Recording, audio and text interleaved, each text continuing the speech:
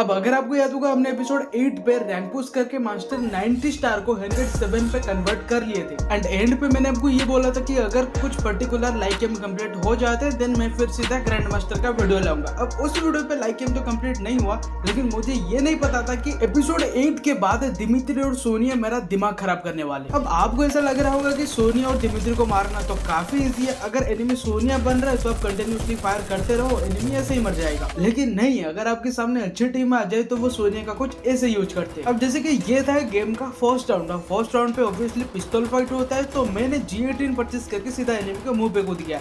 लेकिन इन एनिमी के पास सोनिया कैरेक्टर था जिसकी वजह से ये एनिमी सोनिया से बच गया, लेकिन कैसे भी करके मैंने इसको नॉक कर दिया। लेकिन उतने में एक एनिमी आके यहाँ पे दिमित्री चालू कर देता है एंड यहाँ पे मैं कितना भी कोशिश कर लूँ कोई भी एनिमी नॉक नहीं हो रहा था। लिटरली ये वाले एनिमी इतना कॉन्फिडेंस थे कि मेरे बगल में आके लो रिमोट दिखा रहे थे, लेकिन उतने में ही मेरे टीममेट एक एक करके यहाँ पे आ जाते, लेकिन वो इनको जितनी बार नॉक करे ये फिर से दिमित्री से रिवाइव होकर निकल रहे थे। लेकिन जब इनका दिमित्री ऑफ हो गया उसके बाद मेरा टीममेट कटाना लेके आया एंड पूरे का पूरे राउंड को विक्ट्री करवा दिया। अब ना जाने इसी तरह सोनिया कैरेक्टर की वजह से गेम के अंदर कितने सारे प्रॉब्लम होते, जैसे कि कभी कभी लो एचपी की वजह से फाइट को अवॉइड करना पड़ता है। अब यहाँ पे मेरे सामने एनिमी है, अब उसके पास सोनिया कैरेक्टर है, अब मैं इसके ग्लोबल फोड़ के इसको थोड़ा बहुत डैमेज देने की कोशिश करूंगा एंड इसको नॉक कर दूंगा। लेकिन जैसे इसका सोनिया एक्टिव होगा, मेरा एचपी कम है, तो ऑब्वियसली मैं यहाँ से दूर भागूंगा एंड वो नॉक होने के बाद जैसे मैं इसको क्लियर करने जाऊंगा तो पीछे से कोई दूसरा एनिमी आके मेरे को क्लियर कर देगा। एंड वैसे ही कभी कभी सोनिया कैरेक्टर की वजह से हम डिस्ट्रैक्ट हो जाते हैं, जैसे कि यहाँ पे एक एनिमी टायर को जंप करते हुए मेरे पास आया एंड मैंने इसको थोड़ा थोड़ा डैमेज देके इसका सोनिया एक्टिव करा दिया। अब इससे बचने के लिए मैं यहाँ पे कवर लिया हूँ, लेकिन उतने में ही मेरे पीछे से कोई दूसरा एनिमी आके मेरे को क्लियर कर दे। अब अगर इस एनिमी के पास सोनिया कैरेक्टर नहीं होता तो ना ही मुझे कवर लेने की जरूरत पड़ता, ना ही मुझे कोई एनिमी थर्ड पार्टी से मारता। अब एक बार को तो ये सब हम सह लेंगे, लेकिन कभी कभार ये सोनिया कैरेक्टर की वजह से सारा किल ही नहीं मिलता। फॉर एग्जाम्पल ये वाला गेम प्ले है एंड यहाँ पे आप ये काउंट करना कि मैं यहाँ पे कितने सारे नॉक्स निकालूंगा। सबसे पहला नॉक तो मैं पिस्तौल राउंड पे निकाल लेता हूँ और फिर शुरू होता है सेकंड राउंड एंड इसमें मैं पोर्टल भी यूज करते हुए यहाँ पे आ जाता हूँ और विंडो से एक एनिमी को नॉक कर देता हूँ। अब इसके बाद मैं रोटेशन लेके इनके ऊपर रश कर देता हूँ एंड फिर से एक नॉक मिल जाता है, मतलब यहाँ पर टोटल मेरा 3 नॉक हो चुका है। फिर शुरू हो जाता है थर्ड राउंड एंड यहाँ पे राउंड स्टार्ट होते हैं, मैं यहाँ पे आकर ग्रेनेड को कुक करना चालू करता हूँ एंड सामने फेंकने के बाद उससे एक नॉक निकल जाता है। अब अनफॉर्चुनेटली हम वो राउंड को हार जाते हैं, तो फिर फोर्थ राउंड शुरू होता है फार्मटोपिया पे एंड यहाँ पे राउंड स्टार्ट होने के बाद मैं ये लिफ्ट के पास आकर ग्रेनेड कुक करके फेंक देता हूँ जिससे 2 नॉक निकल आते हैं एंड अभी तक काउंट करें तो मेरा टोटल 6 नॉक हो चुका है। अब इस राउंड को विन करने के बाद फिफ्थ या फिर लास्ट राउंड बनता है ये मर्ड साइड पे एंड यहाँ पे मैं ग्रेनेड कुक करके एक और नॉक निकाल देता हूँ, मतलब मेरा अभी तक टोटल 7 नॉक हो चुका है। अब आप गेस करो कि मुझे कितना टोटल किल मिला हो। अब अगर मैं आपको इस गेम की एनालिसिस बोर्ड दिखाऊं तो उसमें मेरा टोटल 2800 के आसपास डैमेज है और किल मिला है बस 1,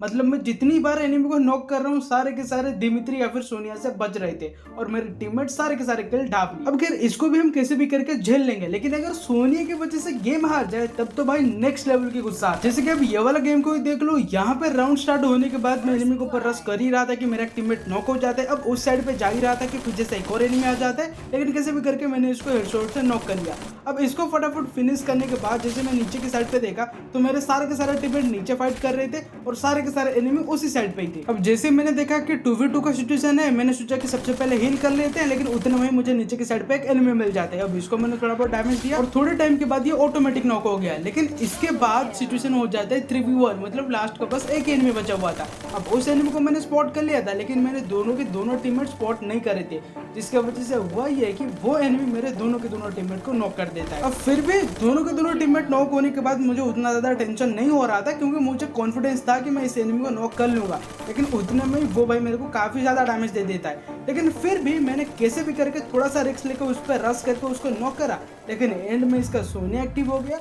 फिर बाकी तो आपको पता ही है क्या हुआ। खैर अभी तक तो मैं आपको बस ये दिखा रहा था कि अगर सामने वाले एनिमी सिर्फ सोनिया को यूज करे तो क्या होता है, लेकिन अगर सामने वाले एनिमी सोनिया के साथ दिमित्री को यूज करे तब तो भाई उनको हराना लगभग इम्पॉसिबल हो जाता है, एंड स्पेशली तब जब हमारे सामने 1v4 का सिचुएशन हो। एंड उसका बेस्ट एग्जाम्पल है ये वाला क्लिप। तो ये वाला राउंड बना था इंटेलेक्चुअल सेंटर पे एंड यहाँ पे राउंड स्टार्ट होती है, कुछ टाइम के अंदर मेरे सारे के सारे टीममेट फिनिश हो जाते हैं। अब यहाँ पे मैं कंफ्यूज में था कि आखिर मैं 1v3 करूँ तो करूँ कैसे। तो सबसे पहले मुझे एक बढ़िया सा कवर ढूंढना पड़ेगा जहाँ पे मैं इजीली सामने वाले एनिमी के साथ फाइट कर सकूँ। तो इसीलिए बहुत सारा ढूंढने के बाद मैंने ये वाला कवर को डिसाइड करा।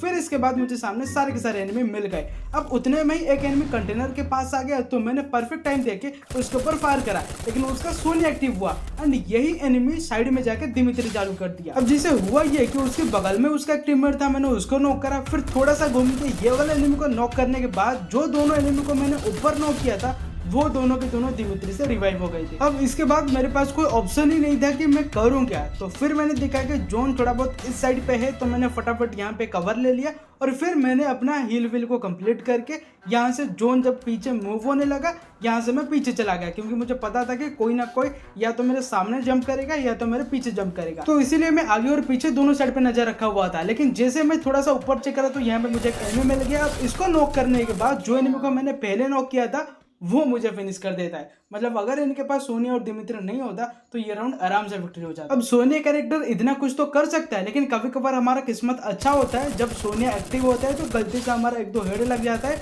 जिसकी वजह से एनिमी नॉक हो जाता है। लेकिन अब मैं आपको ये दिखाऊंगा कि अगर आपके गेम पे सोनिया और दिमित्री नहीं आएंगे तो अब क्या होता है। एंड उसका बेस्ट एग्जाम्पल है ये वाला क्लिप। तो यहाँ पर राउंड स्टार्ट होने के बाद मैं फटाफट तेजस्वी की एबिलिटी यूज करते हुए यहाँ पे कवर ले लेता हूँ। एंड मेरे सामने से जब बहुत सारे एनिमी आने लग जाते मैं फायर करने की तो कोशिश करता हूँ, लेकिन वो काफी एनिमी होते हैं, तो इसलिए मैं पीछे बैकअप ले लेता हूँ एंड यहाँ पे आके फटाफट ग्रेनेड कुक करके फेंक देता हूँ। जिस ग्रेनेड से ज्यादा कुछ तो नहीं होता, लेकिन जैसे मैं गन से फायर करता हूँ तो देखते देखते 3 नॉक निकल आते हैं। फिर आखिरी वाला एनिमी यहाँ पे होता है, इसको मारने के बाद मेरा इजी पीजी काट रहा हो जाता है। अब शायद ये बात आप यकीन नहीं करोगे कि जब हमारे सामने वाले एनिमी सोने को यूज नहीं कर रहे होते उस टाइम पर हम 0-3 वाले गेम को 3-3 करके इजीली पूजा कर लेते हैं। अब एक टाइम को तो हम लोग ओनली दिमित्री वाले स्क्वाड को भी हैंडल कर लेंगे। जैसे कि ये वाला क्लिप आप देख लो, यहाँ पे मेरे सामने 2 एनिमी है जिनमें से एक एनिमी ओरिन यूज कर रहे हैं एंड एक एनिमी दिमित्री यूज कर रहे हैं। लेकिन जैसे मैं यहाँ पे एक एनिमी को नॉक करूंगा तो सामने वाला एनिमी फटाफट दिमित्री चालू करेगा, जिनमें से दोनों के दोनों रिवाइव हो जाएंगे।